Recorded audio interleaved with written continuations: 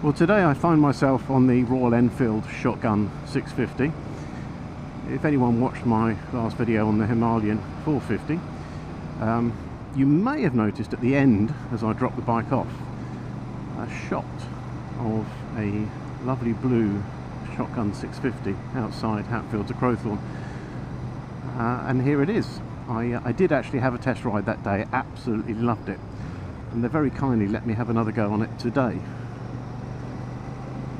So thank you again to Hatfield to Crowthorne. Established since 1919, I think. Certainly it's on their website, the correct date, if I've got that wrong. And they've been there, that'll make it about 105 years now. And I think the proprietor has probably been there for most of that time. No, I'm joking. It's been passed through the families from generation to generation. So if you're looking for a good quality dealer, personal experience says that you couldn't do any better really than Hatfields. Not only are they established, they're just a good group of people, friendly, professional, and they look after you. I think actually when choosing a motorcycle, I've said this before, I'll say it again, I think the dealer is just as important as the motorcycle itself, because you want to make sure you have the support. It's not when things go right that you have to worry, it's when things go wrong and how people respond to how when things go wrong. Anyway, that's the start. I'm very fortunate. It did forecast sun today, and it turns out it's actually true, which is just utterly gorgeous to be riding. Now, I've said this before, and I'll say it again with these bikes.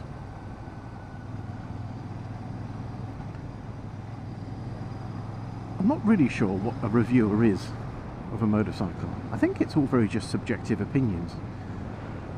But where I'm coming from, I'm not a professional reviewer in that I have the insights on all the news and the latest and greatest. I'm just somebody who rides the bikes, has a bike, and is considering changing. Not in any hurry to.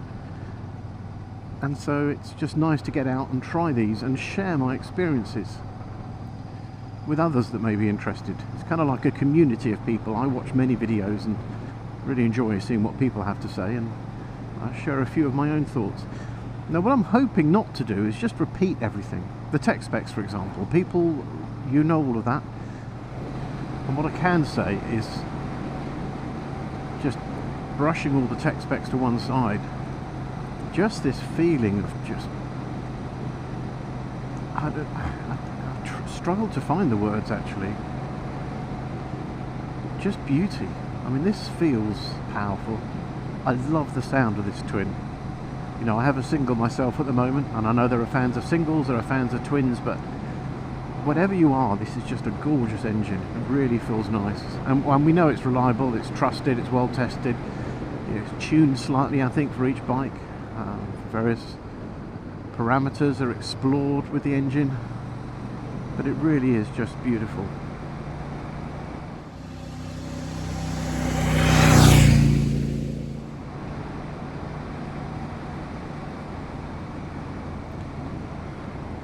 Now, I mentioned that a lot of people have already covered this bike. Let's have a quick look back at what it looked like at the launch. They really know how to capture the hearts and minds. So, what was Royal Enfield saying back then?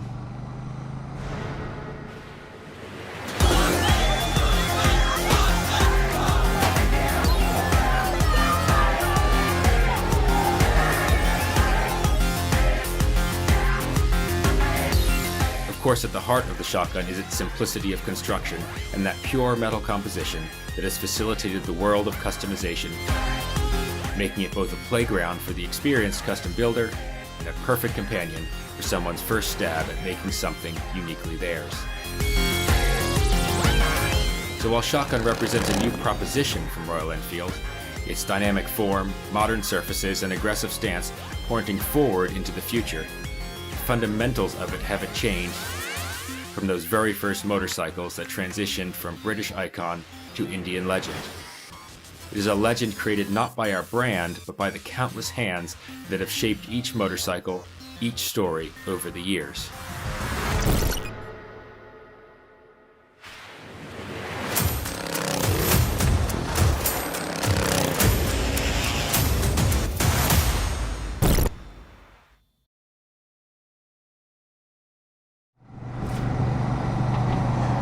You've really got to hand it to them at Royal Enfield.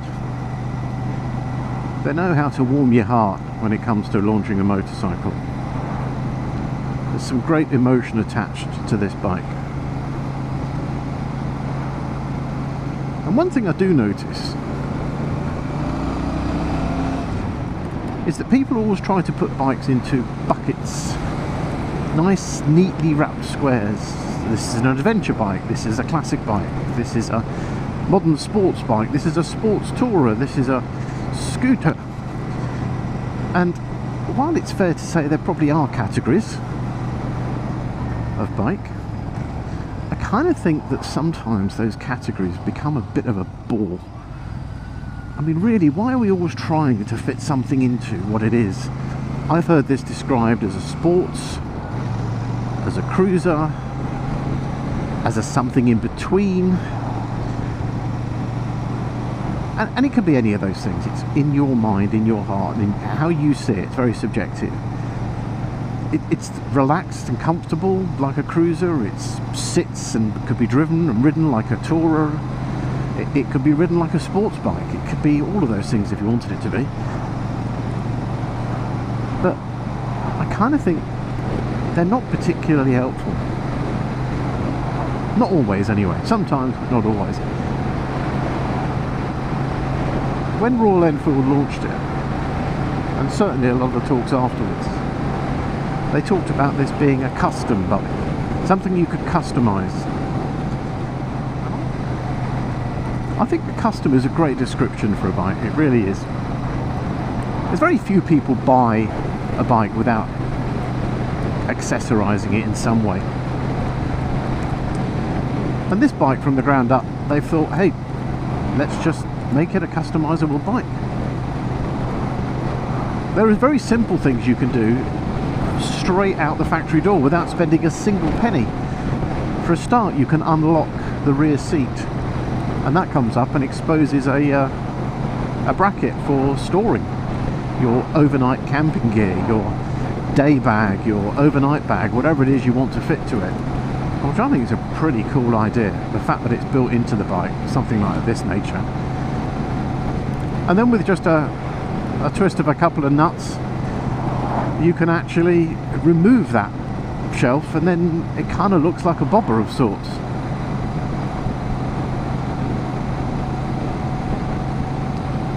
It really is just such a lovely bike, this, in so many ways. So would you buy it? Should you buy it? That's a really hard question to answer. It's the question I always ask myself when I ride a bike. In short, the answer is quite clearly yes. This is a bike I could definitely, absolutely own. And who knows, one day I might be the proud owner of a Shotgun 650. But why? Well, it kind of has everything you need in a bike. It has plenty of power. It oozes comfort. It's a great riding position. I think it looks utterly gorgeous. I think the brief customisation of having the seat on the passenger seat, or taking it off and having an exposed rack, or just having it like a bobber style, gives you so many options before you've even done anything serious. I suspect very few will actually customise this bike within the warranty period. Some might, and that's exactly what they'll intend to do from the start. But most people will enjoy this as a motorcycle for a few years to cruise around, maybe do a bit of touring, head around the back roads on a Sunday afternoon, perhaps even a daily commuter. But I suspect that many people outside of the warranty period will be doing lots to these bikes. They're just screaming that just do whatever you want.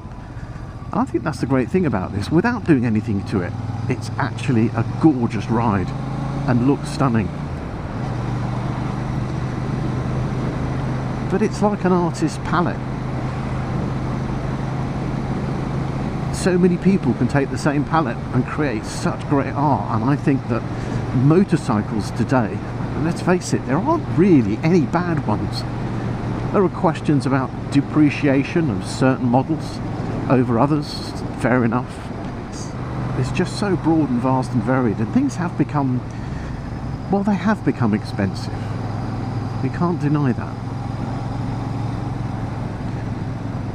But it's not because things are more expensive than they used to be. Everyone harks back to the old days of things being cheaper. I don't think things ever were cheaper. You got what you paid for. They were fairly basic bikes back then. You think about what you can get today with all the various rider modes, and not only ABS, but ABS linked to a computer with intelligence that can decide what level of ABS to apply at particular times, how the throttle should respond, anything from a suggestion box right up to full rocket fuel. And those are my terms, of course, not motorcycle terms, but there's so much technology, and of course you're getting a lot for your money, but we've got to ask ourselves the question, do we really need all of that? Some people, yeah, of course. There are advantages to having it. Safety, security, all sorts of advantages in the development of motorcycles. But the reality is, do we really need all of that? And you might say, well, it's good to have, and I would agree. But when you pay for it, when you consider, like the last review on the Himalayan, now that is a really, really good bike. I was so impressed with that bike. But you could spend 3 to 4 times, depending on the manufacturer, even up to 5, dare I say, for a very similar bike that does all the same things. The only difference is you get a lot more features and functions on those bikes. Now, fair enough, I'm not saying the manufacturers are overpricing them. What I'm saying is, do you really need to spend that much money? And so here I am, sat on this Shotgun 650, reflecting on, here is motorcycling. Relatively basic, but it's got what I need. It's got the ABS. It tells me what gear I'm in. It's got a clock to tell me the time. I can see what speed I'm doing if I'm interested. It's got fuel injection. Anybody who remembers the 80s will remember what a big deal that was back then. I think most manufacturers and most cars would put on their car that it had fuel injection. Remember the 2.8 Capri, a massive injection down the side of it, because it was something to boast about. Today it's every car's fuel injection. I don't think anybody uses carburetors anymore unless you're keeping an old classic going. And do you remember chokes? Wow, they were a thing. Having to pull a choke. I mean, I thought the technology had peaked when you had automatic chokes. That to me was amazing. Well, of course, you know, fuel injection, ABS, all of that good stuff. We've got reliability like we've never had before. These Royal Enfield bikes are just fantastic. They just... Obviously, some of these 650s haven't done the high mileage that a lot of the old bikes have done, but they just go. As I say, it's very difficult to find a bad bike these days. So here we have a machine that looks gorgeous, is customizable, does all the speed you want it to, has all the power you could ever need. And it's not the big money. You can get more features and functions with other manufacturers, but I do question whether you need them. There's a little bit of ego perhaps with some of the brands. But look past that. And I think the more simplified a piece of engineering is, the better chance there is of it lasting. And I think that, although I say these are basic, they are basic compared to maybe some motorcycles. But really, you take it back 20, 30 years, I think people would give their left testicle for a bike like this. Well, that might be a little bit slight exaggeration, but certainly they'd be really, really admiring such a motorcycle. But I think something like this is something that could last a very, very long time. And so why would you buy this bike?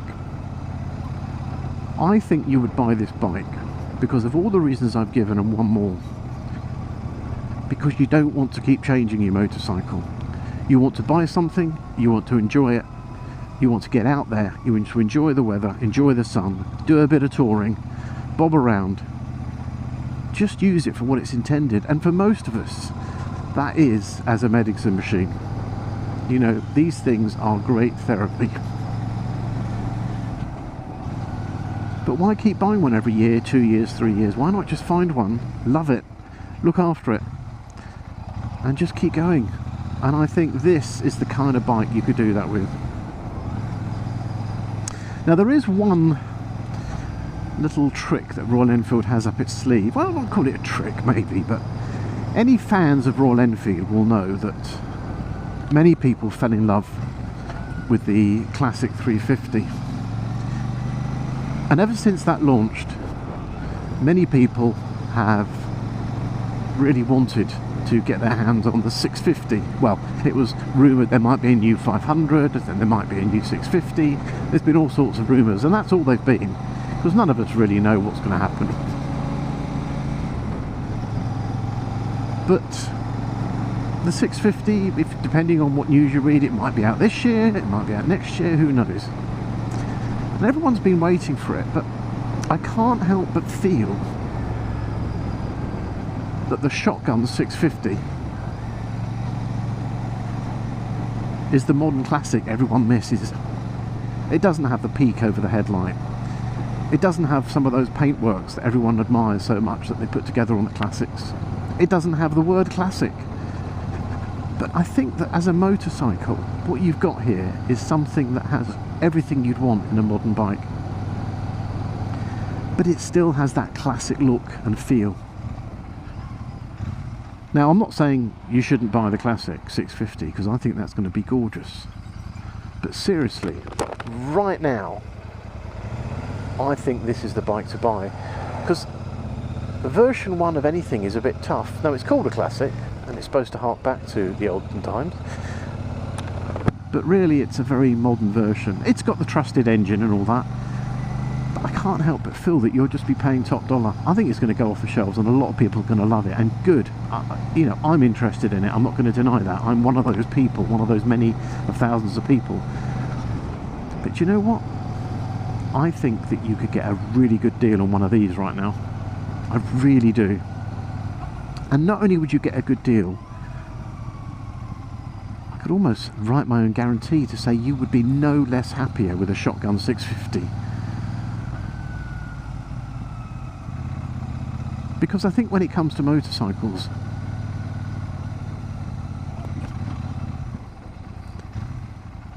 it's not the bike. You need the basics, which I've talked about. It's us. It's how we respond to that bike, how we feel when we ride it. And everyone talks about that.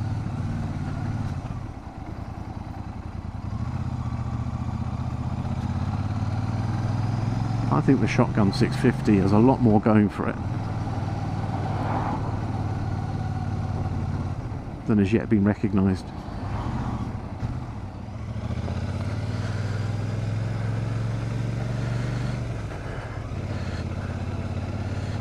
Something I have noticed about this bike is the speed. You ever feel the need for speed?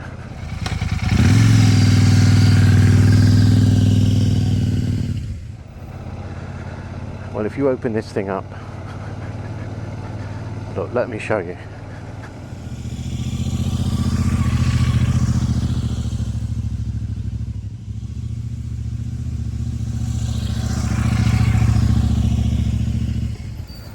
Do you ever feel the need for speed?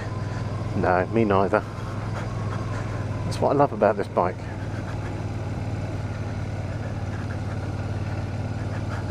You want to use the accelerator because you want to go fast? Fine, you can do that.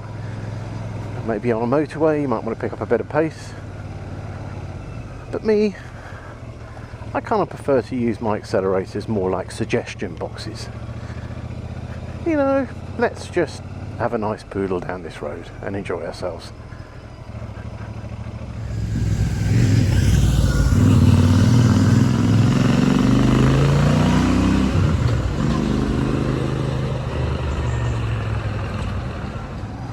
I stand by when I say that the best bike you have is, the best bike is the bike you have, because it's not costing you anymore. But there will be times when you want to change. You want to change because you want something for the long term. You want to change because you want something to enjoy, to look at, to feel proud of. You want something to tinker with. You want that medicine machine to just look after you in those difficult days where you just blow away the cobwebs. You want something that can actually take you from A to B and know you're going to get there safely and surely. Well, the Shotgun 650 really does tick all of those boxes and a whole bunch more besides. It's a beautiful machine, so well engineered, beautifully crafted. You're not going to be climbing the Himalayas on it. You're not going to be racing around Brands Hatch against other racing motorcyclists. But I think most people, when they want a bike, they want to get from A to B reliably, safely, surely. A bit of power for a bit of fun. This really is one such bike.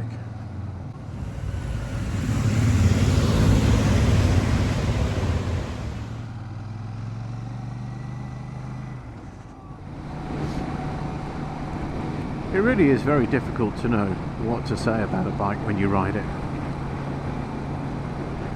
Lots of words have been used to describe the Shotgun 650 and other bikes, but I'm not sure they're really helpful. People say go out and test ride it. You test ride it, are you any the wiser? No. Why is that? Is that because something is missing? Or is it because every motorcycle has all you could possibly need? It's very difficult to know. So I asked the question at the beginning, why do I think you should or would buy one of these? I think it's because it has everything you could possibly need from a motorcycle. Unless, of course, you have a very specific need. For example, you want to climb the Himalayas, or you want to go racing. But apart from a few extreme examples, it's kind of the Swiss Army knife. They're not alone in that category. There are many bikes like that. There are many things you can do to make this yours. But I think, as it stands, it really is pretty much all you'll ever need, and much more besides.